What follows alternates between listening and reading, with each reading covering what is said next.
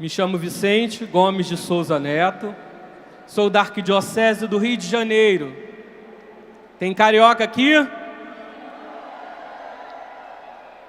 Meu grupo de oração acontece na Tijuca, na paróquia de Santo Afonso. Estou no término da coordenação do grupo, que se chama Ictus. Qual é o nome do seu grupo de oração? Seu grupo de oração é uma bênção? Grupo de oração, a alma da renovação. Foi o tema de Vinícius, ainda agora. Sou casado, minha esposa Rita de Cássia está aqui. Coordena também o vicariato lá do Rio de Janeiro. Minha mãe também está aí presente. E o tema desse momento do workshop, retornando ao primeiro amor, batizados num mesmo Espírito para formar um só corpo. Batizados num só Espírito para formar um só corpo.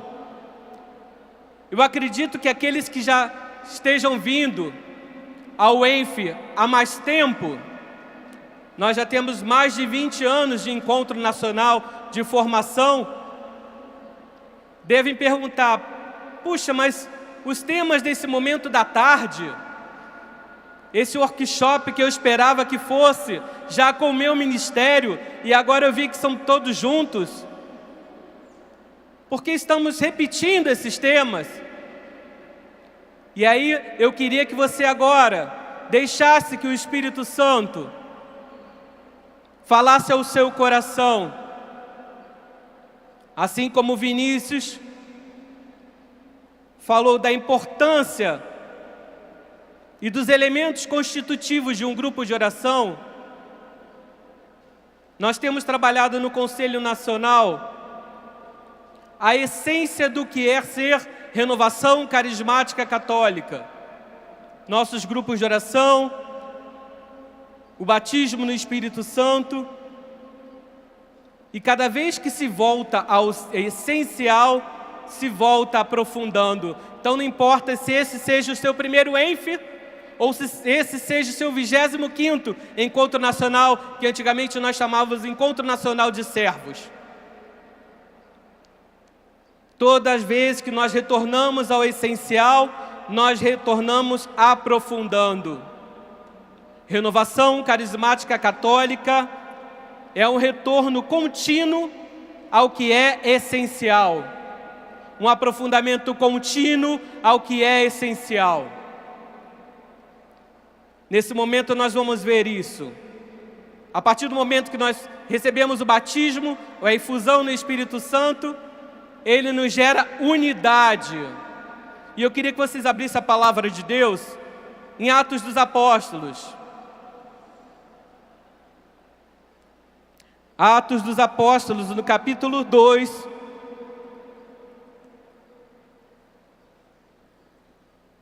Uma palavra muito conhecida nossa.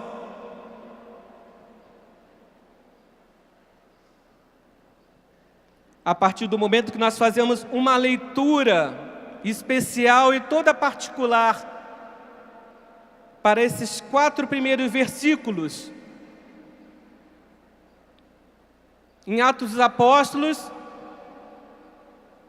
Pentecostes, nós fazemos uma leitura enquanto renovação carismática católica. E essa leitura, como Vinícius colocou ainda agora, nela nós já detectamos os elementos de um grupo de oração. Você já parou para perceber, para avaliar isso? Em Atos 2 existem todos os elementos que Vinícius narrou ainda agora. Vamos ler Atos 2, de 1 a 4. Pode ler na sua tradução. A minha tradução é a Bíblia de Jerusalém. Tendo-se completado o dia de Pentecostes, estavam todos reunidos no mesmo lugar. De repente veio do céu um ruído, como se soprasse um vendaval impetuoso, que encheu toda a casa onde se encontravam. Apareceram-lhe então uma espécie de línguas como de fogo, que se repartiram e pousaram sobre cada um deles. E todos ficaram cheios do Espírito Santo. A Bíblia Ave Maria vai falar repletos do Espírito Santo. E começaram a falar em outras línguas, conforme o Espírito Santo lhes concedia que falassem. E aí, antes de narrar propriamente o que é ser batizado no Espírito Santo, eu queria pegar alguns elementos com vocês de como estavam esses apóstolos juntamente com Maria naquele cenáculo. Algumas características que em oração o Senhor foi mostrando e que também devem ser características nossas enquanto servos da renovação carismática. Primeiro, Jesus em Atos 1:4 havia falado para eles que não se afastassem de Jerusalém. Jesus lhes pediu isso, sim ou não? Jesus lhes solicitou isso, sim ou não? Não. Jesus ordenou-lhes. Ordem é pedido? Ordem é solicitação? Ordem é ordem. E ordem dada deve ser ordem cumprida. Então, Jesus ordenou-lhes e lhes deu uma promessa. Vinícius já falou isso. Então, se Jesus deu-lhes uma ordem e eles começaram a permanecer no mesmo lugar, o cenáculo, o lugar onde havia acontecido a última ceia, foi onde aconteceu o derramamento do Espírito Santo. Naquele cenáculo, eles foram, primeira característica, obediência. Um servo, a primeira característica de um servo tem que ser a obediência. Repitam comigo, obediência. Segunda característica, eles ficaram 9 dias em oração, que Jesus ascendeu ao Pai e eles ficaram esperando o cumprimento da promessa. Essa novena, essa expectativa, eles foram o quê? Perseverantes. Então repitam, eles foram perseverantes. Mas eles ficaram perseverando, reclamando, sim ou não? Eles ficaram perseverando, reclamando do coordenador do grupo de oração? Eles ficaram perseverantes em oração. Então, outro ponto, uma obediência, uma perseverança que levou-os a orar. Nessa oração, cada um orava do seu jeito? Não. Eles oravam em concórdia. O que quer dizer a palavra concórdia? Concordar. Se você quebra essa palavra, né, o radical dela, coração, concórdia. Eles tinham o mesmo coração, no sentido de o coração deles estava convergindo para o mesmo objetivo. E qual era o objetivo? A expectativa do cumprimento da promessa. Porque João batizou na água, mas eles seriam batizados no Espírito Santo. E a última, estavam todos reunidos. Eles estavam não só em união, mas em reunião. Por quê? Essa reunião era uma perseverança. Então vamos recapitular? Eles eram obedientes. Repitam, obediência. Eles eram perseverantes, com uma fé expectante, unidos de coração, concordando, concórdia. Estavam todos reunidos. Olhem a palavra, voltem para a palavra, no versículo 2. De repente veio do céu como que um ruído, como se soprasse um vento impetuoso.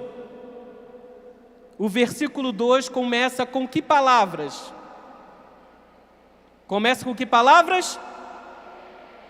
De repente. De repente, aqueles professores de português que estão aqui,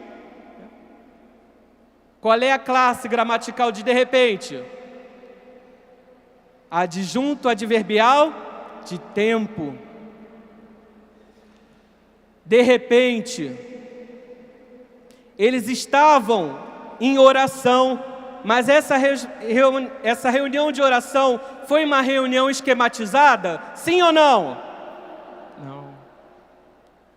Lucas, o Evangelho de São Lucas, se preocupou em botar essas palavras que são muito apropriadas para nós, renovação. O Espírito Santo desceu de que forma? De repente. Repitam comigo. De repente. O que quer dizer isso? O Espírito Santo desceu de repente. Você pode esquematizar o Espírito Santo? O Espírito Santo é controlável? O Espírito Santo é controlado? Não, porque o Espírito Santo é Deus. Então, repetindo aí, Vinícius, cuidado, porque lá em Xangai tem grupos de oração que esquematizam o grupo de oração e fazem roteirização de grupo de oração. Vocês já viram isso? Roteiro em grupo de oração? Lá em Xangai tem. E dá para roteirizar grupo de oração? Sim ou não? Não, porque o Espírito Santo agiu em Pentecostes de que forma? De repente. O importante é que nós estejamos de que forma? Aguardando o cumprimento da promessa. Estejamos em oração, em louvor, com o coração rendido, porque Deus quer cumprir essa promessa em nossos grupos de oração. Estavam todos reunidos no mesmo lugar. Pentecostes é um dom de unidade. Todos eles tinham um só coração. Unidade quer dizer uniformidade? Sim ou não? Não. Unidade quer dizer cada um com a sua própria personalidade, mas na diversidade o Espírito gera a unidade. O Espírito Santo vai gerando a unidade. Unidade na diversidade. Olha o que o Papa Francisco falou para os membros da Corrente de Graça das Novas Comunidades em outubro de 2014. O que faz a diversidade ser igual à unidade é o Espírito Santo. O Espírito Santo realiza essas duas obras, unidade na diversidade. Quais são as duas obras do Espírito Santo? Unidade, aonde? Na diversidade. A unidade não é uniformidade. Você é servo de um grupo de oração? Levanta o braço. Quem é servo de um grupo de oração aqui?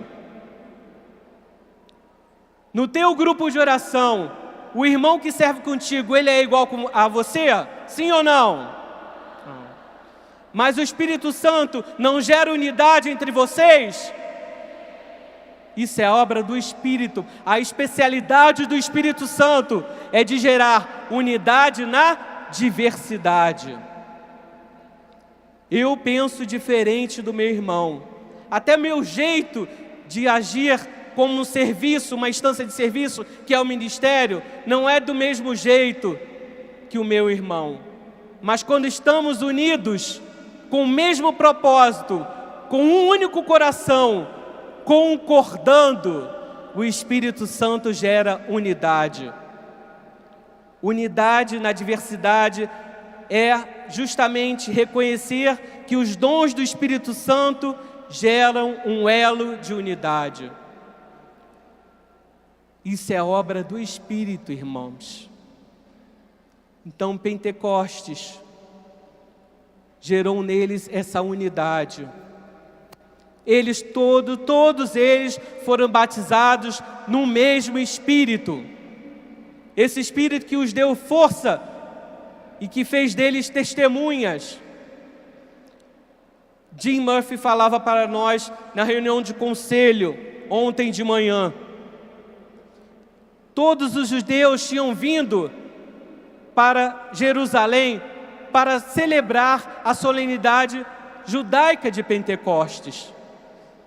Então Deus se utilizou daquele momento onde tinham vindo pessoas de várias nações, convergiram para aquele local, aquela cidade, e lá viram o maravilhoso espetáculo do derramamento do Espírito Santo no meio do povo.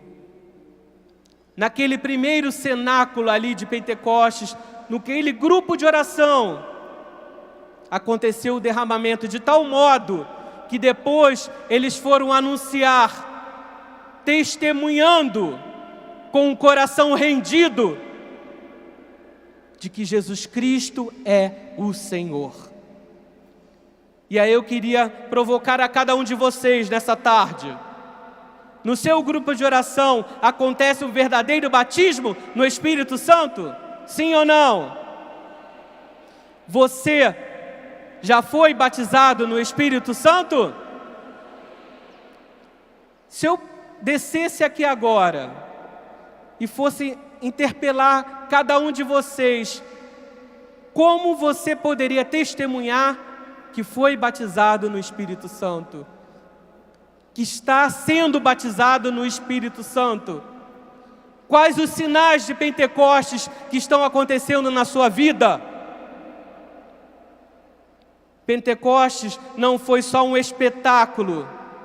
Pentecostes é um acontecimento que gera mudança de vida. A sua vida foi mudada. A sua vida é mudada a cada semana no seu grupo de oração? Sim ou não?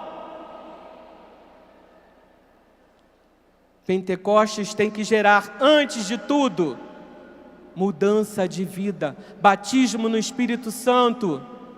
Todos foram batizados no mesmo Espírito. E o Padre Antônio José falava de manhã, depois do batismo, daquele momento de pregação querigmática, do discurso de Pedro, o que o Espírito Santo gerou no coração deles? O que eu tenho que fazer? Se você que veio pela primeira vez neste grande Enfe, neste grande cenáculo, neste grande Pentecostes, nós desejamos que nesse momento, eu desejo que nesse momento o Espírito Santo esteja provocando o seu coração, interpelando o que eu posso fazer para sair desse encontro uma pessoa nova, um homem novo, uma mulher nova, um seminarista novo, um religioso novo, um sacerdote renovado. Aqueles homens e aquelas mulheres foram batizados no Espírito Santo e a vida deles mudou radicalmente. A sua vida muda radicalmente a cada semana no seu grupo de oração? Sim? As pessoas que convivem contigo no trabalho, as pessoas que convivem contigo na sua casa, poderiam testificar isso. Vicente, você é um homem novo. Você volta para o grupo transformado. Como é que as pessoas te veem depois que você retorna do grupo de oração? O batismo no Espírito Santo deve nos levar a uma mudança de vida. Essa é a eficácia de um verdadeiro batismo no Espírito Santo. E aí aconteceram os carismas como um elemento constitutivo. O Vinícius falou, louvaram, receberam a efusão do Espírito, Pedro pregou no poder e na ação do Espírito, de forma que eles foram compungidos no coração, os carismas foram acontecendo, e esses carismas levou-os a começar a servir. O batismo no Espírito Santo gera-nos unidade e nos chama ao serviço, porque foi essa a promessa de Jesus. O Espírito Santo vos dará força e sereis minhas testemunhas. O servo é uma testemunha de Jesus Cristo, vivo e ressuscitado. Se eu vivo o batismo no Espírito Santo, se o Espírito Santo está em mim, eu proclamo que Jesus é o Senhor. Proclame agora, para que Aparecida ouça, Jesus Cristo é o Senhor. Que São Paulo ouça, Jesus Cristo é o Senhor. Que o Brasil inteiro ouça, que Jesus Cristo é o Senhor. E quem revela isso aos nossos corações? O Espírito Santo de Deus. Então toda a experiência do Espírito é uma experiência trinitária, porque onde está o Pai está o Filho, onde está o Filho está o Pai, está o Espírito, e onde está o Filho está o Pai, está o Espírito. Já nos dizia um santo, a experiência de Jesus como meu Senhor, e essa experiência me leva a querer servir, e esse serviço vai acontecendo de uma determinada forma, que eu queria que vocês abrissem então agora em 1 Coríntios 12. Se todos somos batizados no mesmo Espírito, nós formamos um só corpo. 1 Coríntios capítulo 12.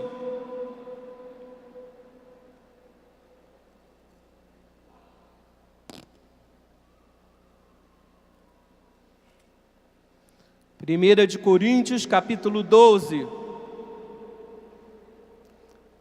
versículo 12.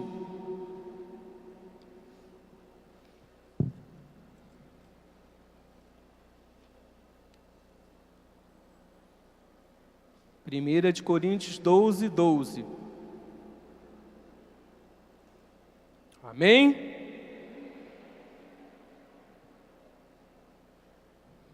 São Paulo, depois de falar da diversidade de carismas, mas que apesar de serem diversos, eles agem no mesmo Espírito e no único Espírito, que é o Espírito Santo, ele vai fazer uma analogia ao corpo.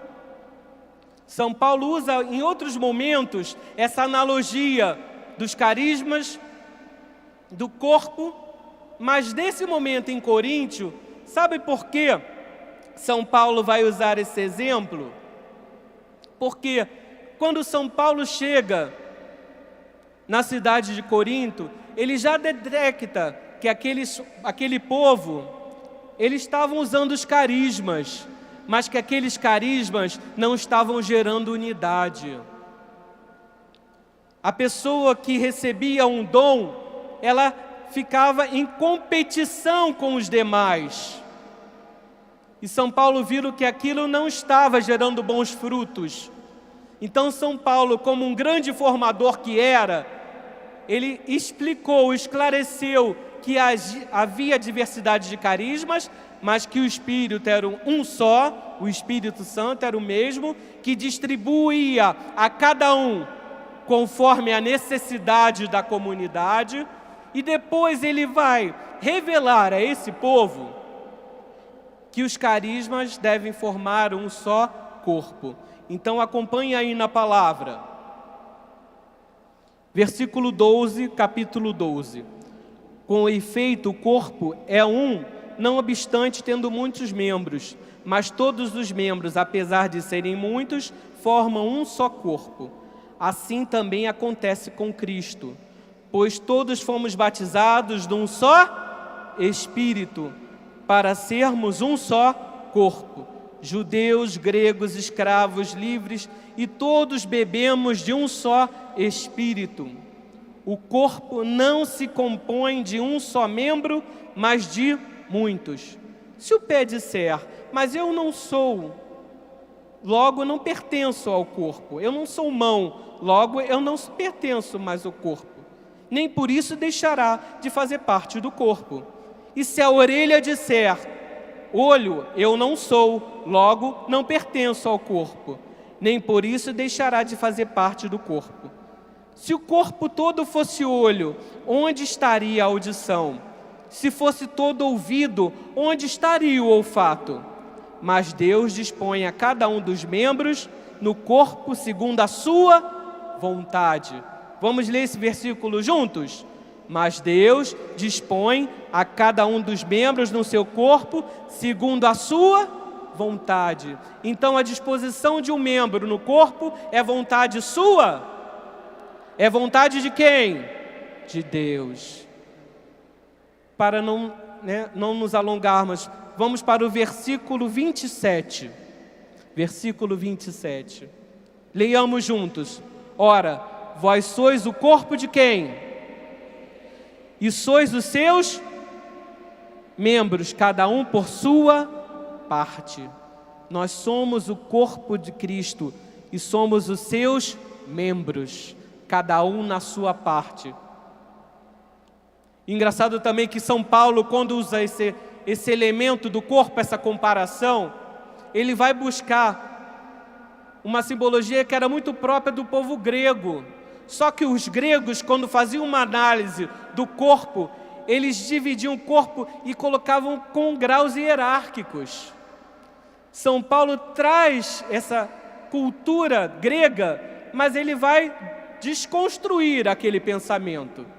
E ele vai dizer que o Espírito Santo gera no corpo a importância e a particularidade, apesar de cada membro ser diferente no corpo. Renovação carismática católica, ela é todo o corpo de Cristo? Sim ou não? Não. Renovação carismática católica é uma parcela do corpo de Cristo. Nossa igreja, os sacerdotes que estão aqui, a renovação carismática é a única parcela da sua igreja, sacerdotes? Não. Na paróquia nós temos uma pastoral orgânica, não temos? Renovação carismática católica é uma parcela da sua paróquia. Sua paróquia não tem diversos membros? Sim, também.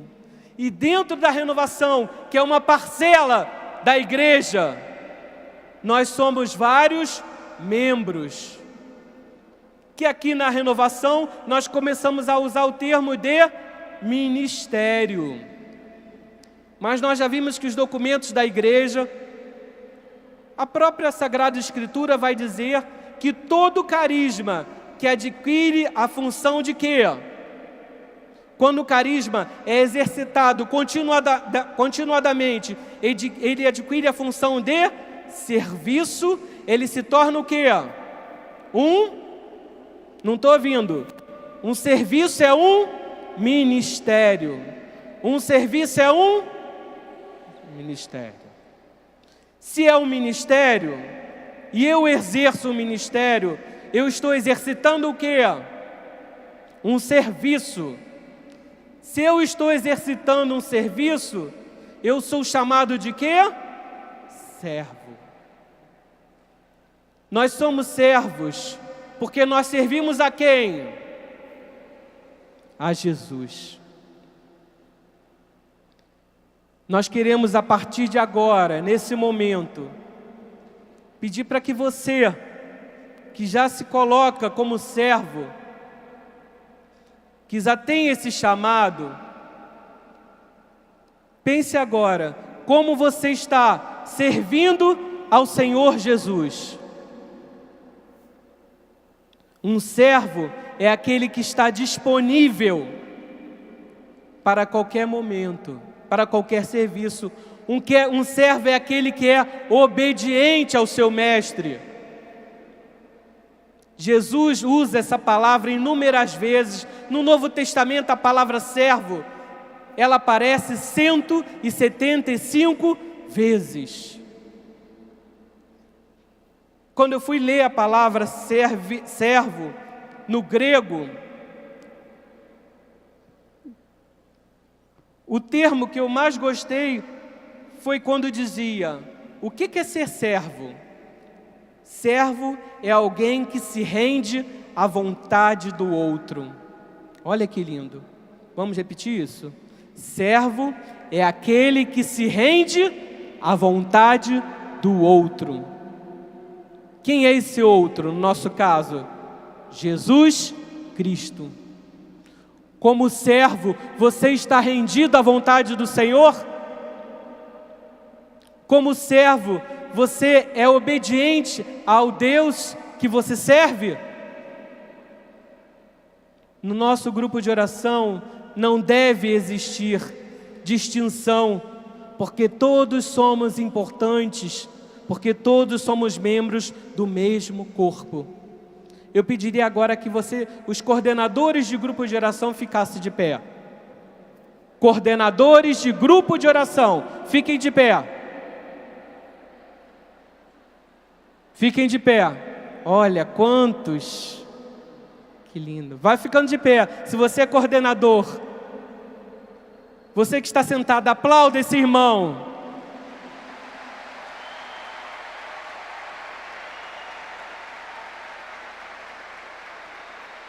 Amém. Continue de pé, coordenador. Lá pelo número de inscrições, nós vimos que são mais ou menos uns 2.000 coordenadores de grupo de oração.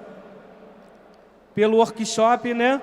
A gente fez uma análise estatística, tem 2.000 dos que se inscreveram antecipadamente, mas com certeza tiveram outros que fizeram agora. E você que está sentado, olha para esse coordenador de grupo. Veja nele o seu coordenador. É só para olhar. Você olhando, você que está sentado, olhando para esse coordenador, você se coloca como servo do teu grupo de oração?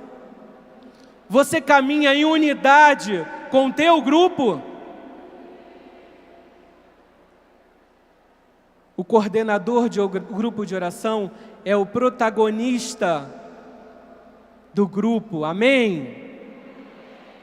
Quem conduz o coordenador é o Espírito Santo.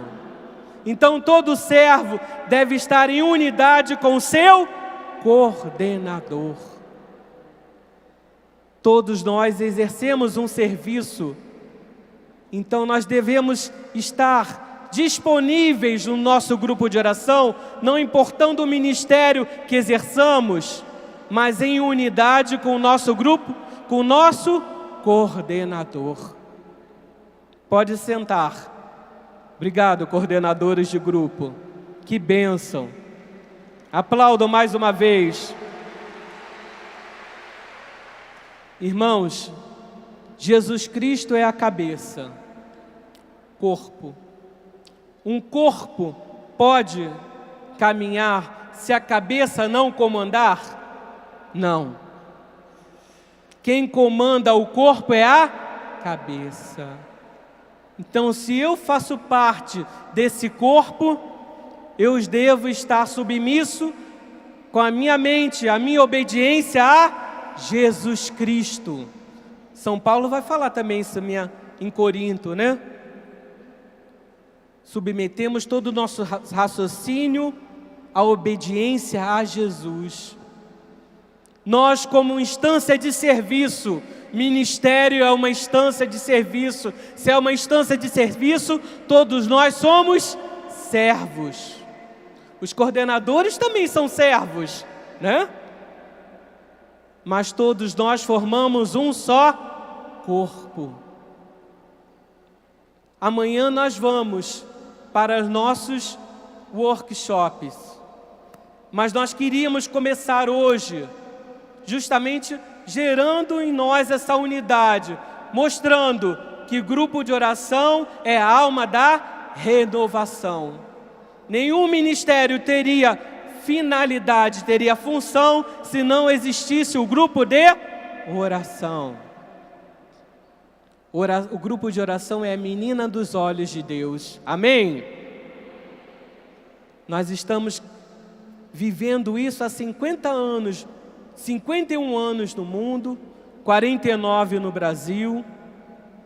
E eu queria já encerrando esse momento, trabalhando uma serva, o exemplo de serva na palavra de Deus. Quem vocês acham que foi o exemplo de serva obediente, dócil, perseverante, que concordava, que estava reunida? Quem foi? Quem? Não estou ouvindo? Maria. Primeiro, quando Maria recebe o anúncio do anjo, lá em Lucas, o que Maria respondeu ao anjo? Eis aqui eis aqui a serva do Senhor. Depois disso, Maria, que se colocou como serva, ela ficou sentada, esperando que todo mundo viesse servir a ela? Sim ou não? O que Maria fez? Saiu apressadamente. Para onde? Na casa de sua prima Isabel, em Carém, mais ou menos mais de 100 quilômetros. Imagina, Maria foi apressadamente servir a Isabel. E Maria ficou lá quanto tempo? 3 meses. Maria foi apressadamente, mas Maria não teve pressa no serviço. Por isso, irmãos, o serviço para Deus tem tempo? Não. Não importa se você é um operário como eu sou agora, ou se você é um operário da última hora. Todos temos valor para Deus. Maria serviu a Isabel até o nascimento do menino, João Batista. E outro exemplo de serviço, eu queria que vocês abrissem então a palavra de Deus em João 2. Acredito que vocês devam saber o que está em João 2. O que tem em João 2? As bodas de... João capítulo 2, Evangelho.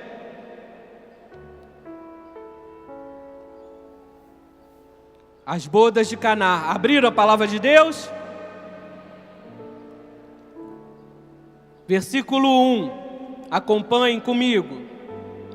No terceiro dia houve um casamento em Caná da Galileia, e a mãe de Jesus estava lá.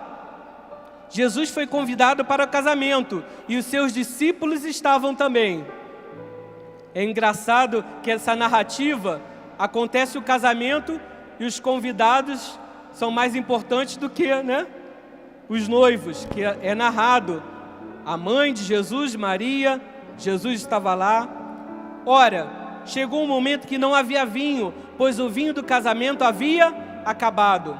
Então a mãe de Jesus lhes disse: eles não têm mais vinho. Você já se viu faltando vinho na tua casa? O que é o vinho para você? O que representa esse vinho? Respondeu-lhe Jesus: que queres de mim, mulher? Minha hora ainda não chegou. Sua mãe disse a quem? Sua mãe disse a quem? Quem aqui é servo na renovação carismática? Você vê Maria falando contigo agora? E o que Maria diz para um servo? Não ouvi bem. O que Maria disse para um servo? Ele é quem? Jesus. Havia ali 6 talhas de pedra para a purificação dos judeus, cada um contendo de 2 a 3 medidas. Jesus lhe disse: enchei as talhas de água. Quem encheram as talhas de água? Quem foi? Então, quem enche a talha de água, quem é? Porque obedece a Jesus pelas mãos de Maria. Eles encheram até a borda. Eles foram abundantes, Eles não pouparam água, encheram até a borda. Quanto mais a gente se enche, mais Deus opera o milagre. Não importa que medida você esteja, o que importa é que você encha até a borda, amém? Então, lhes disse: tirai agora e levai ao mestre-sala. E eles levaram. Quando o mestre-sala provou a água transformada em vinho, ele não sabia de onde vinha, mas o sabiam os servos que haviam retirado a água. Irmãos, se você é um servo que faz tudo o que o Senhor disser, você vai ver o milagre acontecer. Amém? Você crê nisso? O mestre-sala sabia de onde tinha vindo aquela água? Mas os servos sabiam, não sabiam? Então você, como servo, tem que estar disponível, tem que estar aberto, enchendo a talha e levando essa talha para Jesus. Como é que está a tua talha nessa tarde? Pensa um pouco agora. Como é que você veio para esse ENF? Como é que você se vê como servo? E olha que detalhe engraçado. Essa talha, quem já foi à Terra Santa, quem vê, essa talha, ela não tem como ser carregada sozinha. Ela é uma talha de pedra, de muitos pesos, muito peso, com muitos quilos. Um servo sozinho não conseguiria carregar uma talha. Dá para você, no teu grupo de oração, carregar a talha sozinho? Sim ou não? Por isso é necessário que você trabalhe em comunidade, em equipe. Você enche a talha junto com o seu irmão. E você leva essa talha para quem? Quem opera o milagre? Quem opera o milagre? Mas quem enche a talha? Sou eu. Diga, quem opera o milagre é... Mas quem enche a talha? Quem opera o milagre? Mas quem enche a talha? Sozinho? Com quem? Com o irmão. Isso é caminhar em equipe. Isso é ser um servo que caminha junto com o seu coordenador, com o seu núcleo, com seus outros servos de ministério. Jesus operou um milagre. Maria pediu: fazei tudo o que ele vos disser. Quem opera o milagre é Jesus, mas quem enche a talha sou eu. Jesus não podia fazer o milagre sozinho? Podia, mas ele quis fazer? Não, ele quis contar contigo. Fala para o irmão do seu lado: Jesus quis contar contigo. Me ajuda a encher a talha? O vinho novo vai brotar essa tarde em cada um de nós, amém? E eu queria que começasse pela equipe de serviço do Conselho Nacional. Na pessoa de Kátia, eu queria chamar a Kátia nesse momento aqui.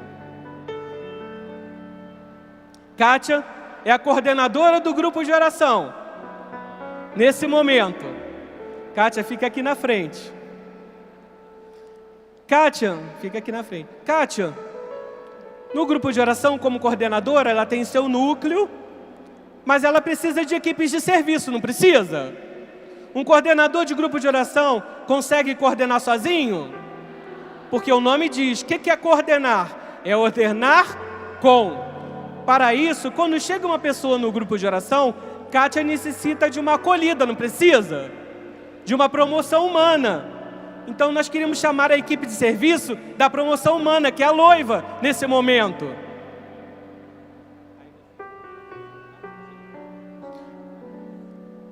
Promoção humana faz acolhida, recebe, acompanha, pastoreia, né? Chega aquelas ovelhas feridas do grupo, uma pessoa que vai ali por curiosidade. E aí nesse grupo acontece uma pregação querigmática naquela noite, que talvez tenha sido com você assim, e que mudou a vida. Então é necessário uma pessoa que ministre a palavra, uma equipe de serviço da BIA, Ministério da Pregação, porque a pregação é a palavra querigmática que acontece no grupo, não acontece? E essa equipe de serviço, ela é apoio para a Kátia, ela é apoio para a coordenadora. Mas no grupo também tem momentos de oração por cura e libertação, não tem? Numa pregação querigmática, o Senhor pode gerar uma oração de cura. O grupo naquele dia pode ser conduzido numa moção de cura, porque no núcleo o Senhor dá essa moção. Então é necessário que venha o serviço de cura, na pessoa da Marisete aqui, como um serviço de orar por cura e libertação. E Marisete contou tudo tão bem ainda agora, né? Ore pelo irmão, ministre a cura pelo irmão. E é necessário um suporte nesse grupo. Quem dá o suporte, mesmo participando do grupo? Porque a reunião da intercessão é em outro dia. Mas quem sustenta o grupo em oração? Então, a intercessão dá o suporte no grupo. A Josi chegando, porque ela faz parte do corpo, junto com Kátia, junto com o núcleo. E aí, uma família chega uma família com suas crianças. E aí, pergunta: nossa, minhas crianças são pequenas, elas não vão entender a dinâmica desse grupo, onde é que eu posso deixá-las? Nós temos um grupo de oração aqui no nosso grupo que ministra com as crianças. Então é um serviço que nós temos, o serviço para as crianças. E aí chegou esse casal com a sua família e se inseriu nesse grupo de oração. Mas um jovem que estava passando, viu aquele barulho e entrou no grupo.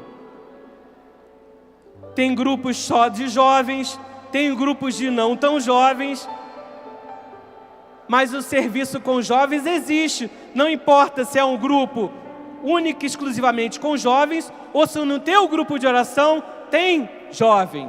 Porque onde tem jovem tem fogo. Né? Fogo. E aí, esses jovens vão descobrindo uma vocação.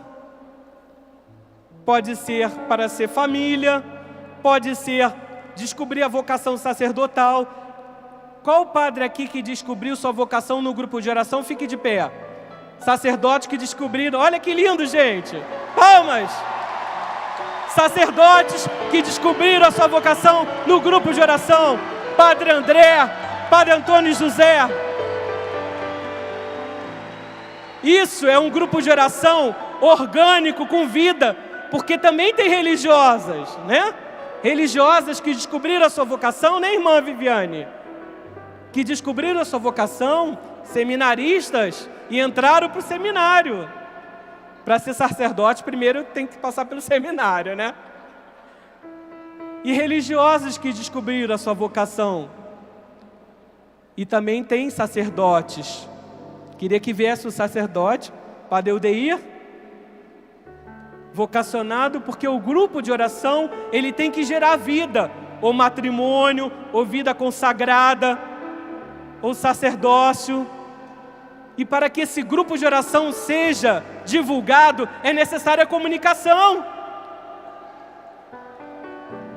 Precisa ser anunciada a palavra, passar carro de som na sua cidade. Acontece isso na sua cidade? Hoje à noite, o grupo de oração, a porta aberta do grupo. Só que tem grupos com uma particularidade. Num momento da vida eu estou estudando e eu não consigo mais ir ao grupo porque eu estou estudando à noite. E aí? Aí eu faço um grupo na universidade. E aí surge os Luquinhas. Tem Luquinha aqui? Foi Luquinha. Mas eu vou caminhando no grupo e descubro que eu preciso de formação. Nossa, eu preciso de alimento, eu tenho que me formar. E aí eu vou fazendo o processo de formação da renovação, que é maravilhoso, o módulo básico, a formação de serviço do ministério. Então surge o Ministério de Formação na pessoa do Cláudio. Enquanto nós estamos aqui, vocês estão vendo um pano de fundo aí? O que está tocando? Grupo de oração com música não é outra coisa? Grupo de oração com música é unção. Vamos repetir isso? Grupo de oração com ministério de música é unção. Então todo grupo deve ter um ministério de música. Já está aqui. Porque a nossa coordenadora nacional teve neném, né? Está gerando uma família, né? Com uma criança daqui a pouco. Então a Roberta está em casa agora nos ouvindo e ela acabou de ter um filho mês passado. Isso tudo é o grupo. Só que nós estamos no ano do laicato. O leigo é para agir somente na igreja? Não. Vai dizer o documento 105 que o leigo tem que estar agindo na igreja, mas ser sal da terra e luz do mundo aonde? No mundo. Como é que nós somos sal da terra e luz do mundo se não somos agentes políticos? Eu sou um agente político porque eu sou um funcionário da prefeitura da cidade do Rio de Janeiro. Então é necessário que eu esteja empenhado na fé e política. Isso é uma ação do leigo na sociedade atual, tão importante, com caráter, com ética, com persuasão, com anúncio da palavra de Deus, onde quer que nós estejamos. E aí todo o grupo, e todos os servos, estão empenhados para que uma coisa aconteça. Qual é o objetivo do grupo de oração? Levar as pessoas a uma experiência com quem? A partir do batismo no Espírito Santo. Então o coordenador do grupo de oração deve levar toda a sua equipe de serviço a estar aos pés de quem? Então o coordenador do grupo conduz sua equipe de serviço para estar aos pés de quem? Para que todos nós sejamos um com Jesus. E eu pedia que agora vocês ficassem de pé. Dê a mão para o irmão que está do seu lado.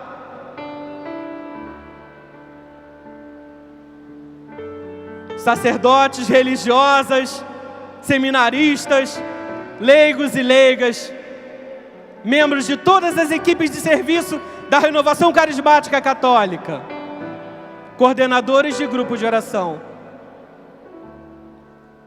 Que todos nós sejamos um com quem? Com Jesus, como Ele é um com o Pai. E quem sela essa unidade entre nós? É o Espírito Santo. Então, que cada vez mais, nós enchendo nossas talhas de água, em comum unidade, levemos as pessoas ao encontro com Jesus Cristo. Porque a Ele toda a honra e toda a glória. E para nós o Espírito Santo. Amém.